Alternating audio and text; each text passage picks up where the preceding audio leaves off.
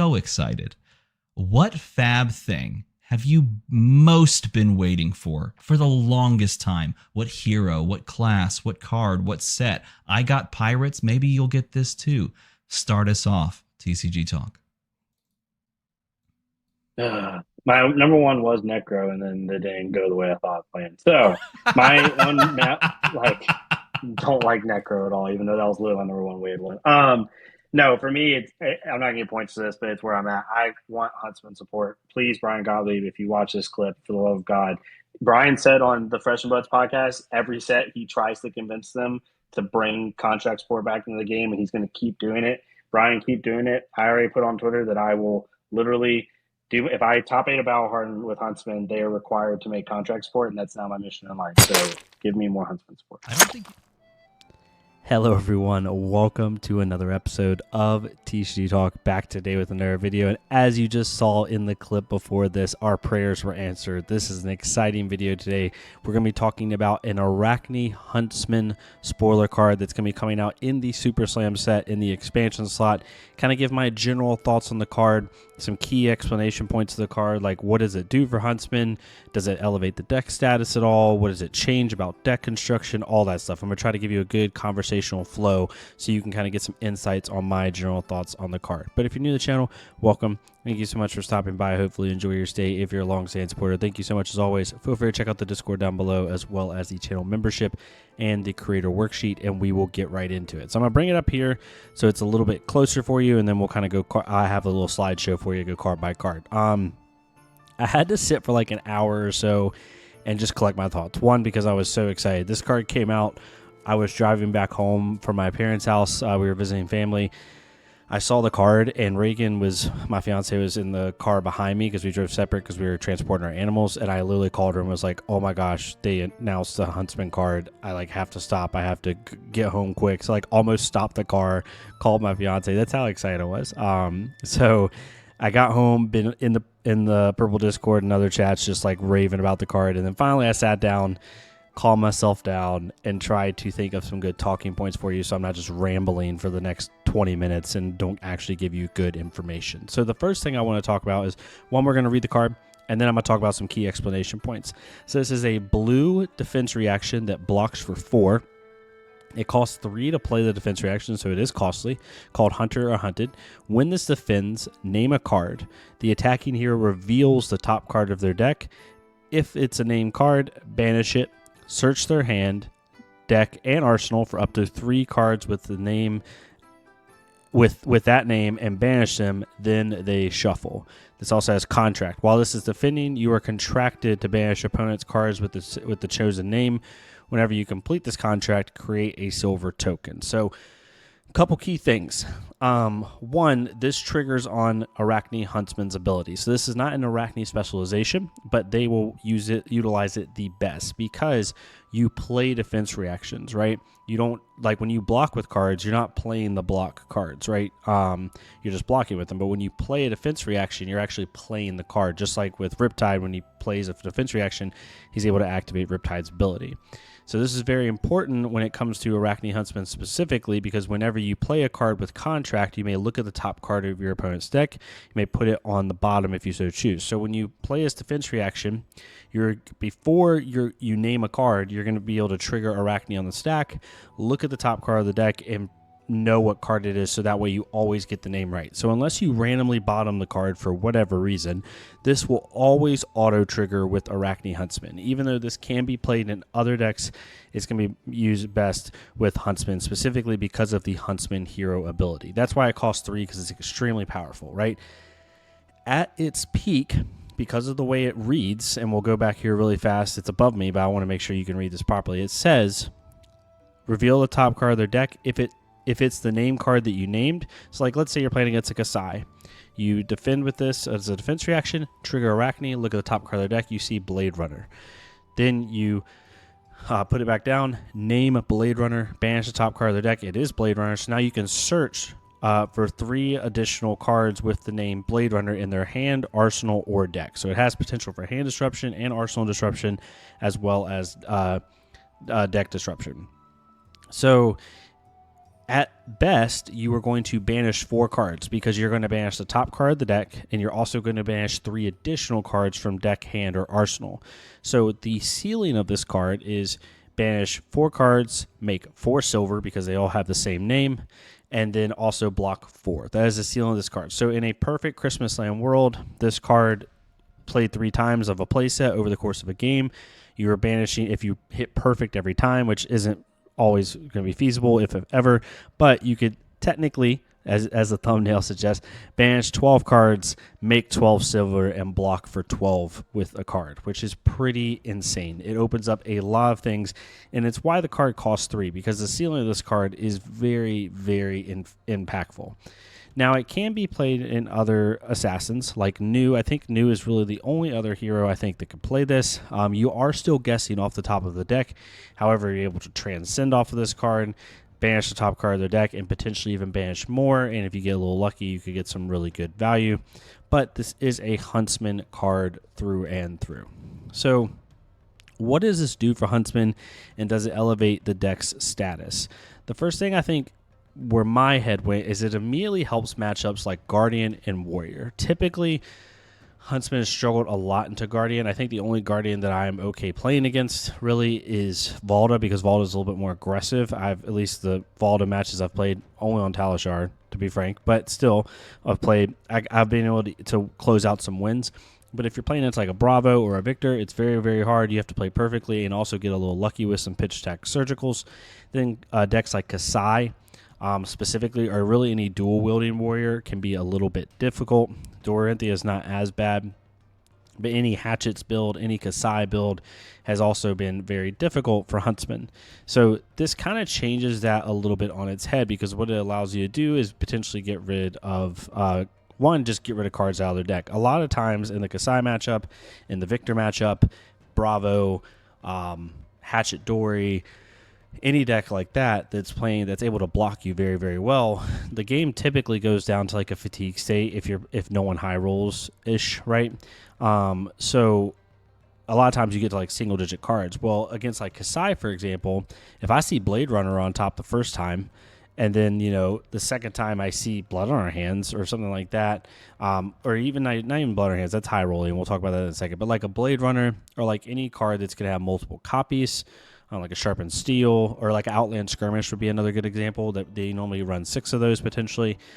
You can start to banish like full play sets out of their deck. And if you're doing that while blocking, you're going to get to that fatigue state a lot faster. And if you're doing that combined with pitch stacking surgicals, you're going to be able to basically, at the end of the game, play your surgicals out, force their hand away, and then they can't kill you. So that's one thing. It also helps a lot in Guardian, because Guardian, if they don't high roll you, is really close to fatigue state for both heroes.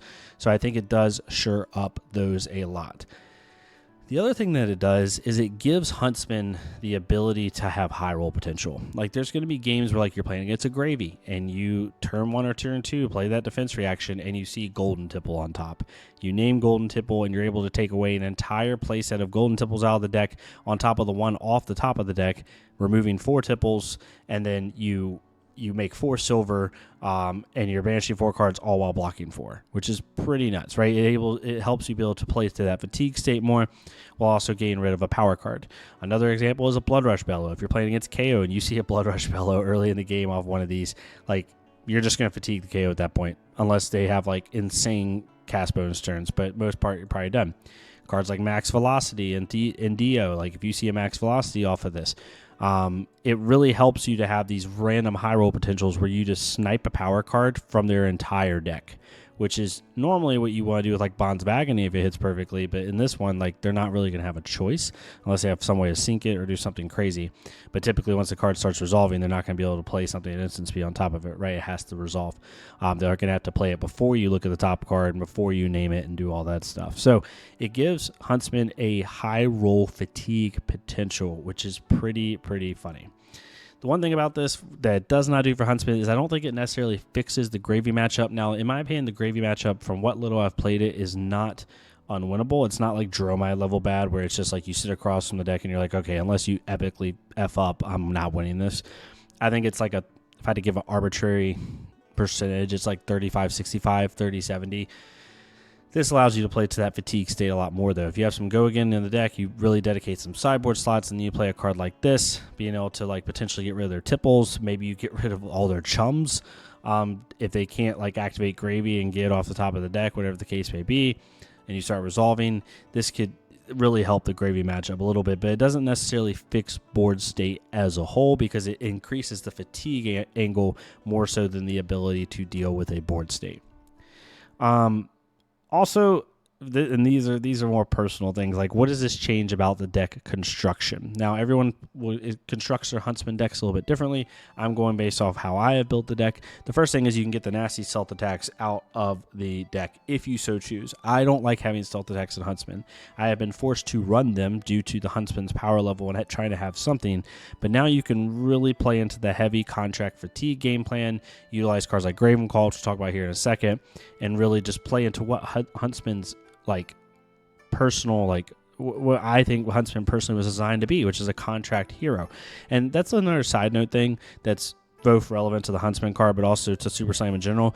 LSS is knocking it out of the park with these expansion slot cards in terms of getting heroes back to their intended design purpose while also buffing them. Like bait, in my opinion, for Riptide is actually a really cool mechanic, and I think it gets back to the grungy trap tide of Riptide's mechanic on what Riptide was intended to be. This card that we're talking about, Hunter or Hunted, is very, very good and allows you to go back to what Arachne was, which was a contract fatigue-esque based hero. And then you have cards like the Kasai with the cell swords, making cell swords, which is the whole thing that Kasai was originally built for, was she's building her army and buying it with gold. I think that's really good. So I really love they do that. But you're able to get these nasty stealth cards out of the deck. One thing it also allows you to do is have a more proactive fatigue game plan. You're able to now really threaten the opponent, because in a perfect world, you're banishing 12 cards out of their deck while blocking. In a more realistic world, if we're going to be honest, you're probably banishing anywhere from 6 to 9 cards out of their deck. Maybe you get lucky on one of the blocks and they haven't used their full play set, so that's 3. Then another one, maybe you hit 2 of their cards, that's 5. And then another one, maybe you hit like 1 or 2, and that's 6 to 7, right? But it's still really good. Being able to block 12, make 6 to 7 silver, and banish 6 to 7 cards is very, very good for that proactive game plan. The last thing, and I'm so happy about this because some content creators spoiled this card. No, I'm just kidding. I ended up spoiling this card a long time ago, way back in Heavy Hitters, and as an expansion slot card, and it makes Gravenclaw just so good. There is an argument, I'm not saying it's the best way to play it, there's an argument for a double Gravenclaw list now, because you're going to be able to make the necessary silver to flick them both over a couple turns and buy them both back, and then all of a sudden you can start this dagger control game plan where you're pitching 2 blues for 4, followed by a contract card, or followed by a CNC, or followed by something else. You're starting to do these 3-card 10s, 3-card 11s with just relevant disruption at the end. And you could actually like fatigue your opponent both from threats and from general fatigue from blocking. So I think it makes Gravenclaw a lot better. Even if you don't do a double Gravenclaw plan, I personally won't be on it to start. I'm going to explore it. I think Gravenclaw now is just such a good dagger now. So I'm super excited about that. But that's my general, at least first knee-jerk reaction thoughts about the deck. I'm going to put this down really fast if I can, and then put this browser up and kind of show you a generic list. And this is going to be, here, we'll go to the public version for y'all really fast. This is my Huntsman list. I'll remember to put it down below, updated regularly. I'd say like monthly when I do make significant updates. What I basically did was, from my original list, I took out some cards in the blue slot and put in a more utility-based blue. Now, some of these are going to be very experimental. So I've always wanted my blues to be more utility-based and less so just like Justinic with the stealth cards. I hate that. So we do have the new card in here, Hunter or Hunted. We also have the usual suspects: surgical extraction, coercive tendency. Want a regicide for the culture, because you got to play this card if you're playing Huntsman. You just got to. The difference is because we're on a more fatigue-based game plan now, I do have Last Ditch Effort at a 2 of in the deck, which I had before anyway, but now it's like a shoe-in. I personally have Conceal Blade in the deck because we're going to be flicking a lot. You can potentially have this be useful in certain cases. If you're running a double Graven Call setup with a Graven Call in the sideboard, you could also do this, which would be really useful if you're like stacking silver. So I have that at a 2 of. I put in Shred in the list because I think Shred is going to be generally like better in the long term of games when it comes to this list. And then we also have, I even put in Ripple Away because we're going to have a lot of assassins. I think we're going to see a lot of use cases where Ripple Away is very important, and being able to deny that Frailty and Ponder token off Codex is very nice. And there's some like more general use cases. The one experimental blue I have put in the list that I want to try out is Throw Dagger. I put this as a 2 of because I think this would be really, really cool. If you're running a double Graven Call list, then this would actually be really, really good. But if you're not, like, there's certain times where maybe you flick a knife, like a Graven Call knife, because you're wanting to flick with it. But there are other times where, like, you can buy back Graven Call because you've stacked silver. So instead of using flick knives or just flick it, you have an extra card like Throw Dagger, deal 1 damage, draw a card, have an arsenal, right? I think that this could be a pretty cool way to deal a little bit extra damage and extend your reach at low life totals, because if both of these hit and they're not prevented, along with like 3 or 4 Graven Call flicks, like you're starting to have like 5 to 10-ish unpreventable damage over the course of a really long game with Huntsman, due to the ability to buy a Graven Call back more because you're making more silver with the new card. And so I think Throw Dagger could have a cool place. My sideboard has not changed. We won't go over this too much. The biggest thing is Snapdragon Scalers might be replaced with a second Graven Call in the sideboard, just because we can now, because we're going to be making silver a lot more. This card was originally meant for like decks like Prism, decks like Guardian, decks like Gravy, where I really need that automatic go again to go wide to either deal with a board state or try to go a little bit wider, wherever the case may be, because I'm not making enough silver. But if we are making that stack silver, it might be okay to just run Black Tech Whisperers. So that's where my knee-jerk reaction was in terms of a list. I don't have Shelter of the Storm on the list because I don't own them, and I'm not paying $300 for a playset until they reprint it. That's just my opinion. Hurl is a really good addition potentially, because you're going to be able to pay that one a lot more consistently now, because you're going to have the silver to buy back Graven Call immediately if you're wanting to like flick both daggers, especially if you're on a double Graven Call plan. And then Oasis is another thought and remembrance. So this is where I'm at, but I am super, super excited about this card. This is the best card Arachne has got in a very long time. Hunter or Hunted, like this is better than Course of Tendencies reveal, in my opinion. This allows Arachne to have a boost, go back to Arachne's original game plan of being a contract control deck, and really manipulating your opponent's deck purposefully in order to gain advantage. Really excited about this card. Slam dunk from LSS in terms of both power and thematics. But I would love to hear your thoughts on it. Again, this is just initial explanations. Once it's coded into Talishar, I will be doing a stream later this week in open queue, just messing with the card. I think it's going to be super fun. Super excited to see how they go about doing this. And yeah, love to hear it. But thank you all so much for watching. If you like this type of content, please leave a like, comment, or subscribe. If there's a way I could be better, please let me know. Love to hear it. Also, if you don't like my content, or maybe you just watch this one video, but my channel's not for you based off what I cover, that's completely fine. I have a creator worksheet down below with over 100 content creators on there. Please pick one that you like that's categorized by style of content they do, and figure out which one's best for you and support them as well. So thank y'all so much. Y'all have a great rest of your day, and I'll see y'all next time on TCG Talk.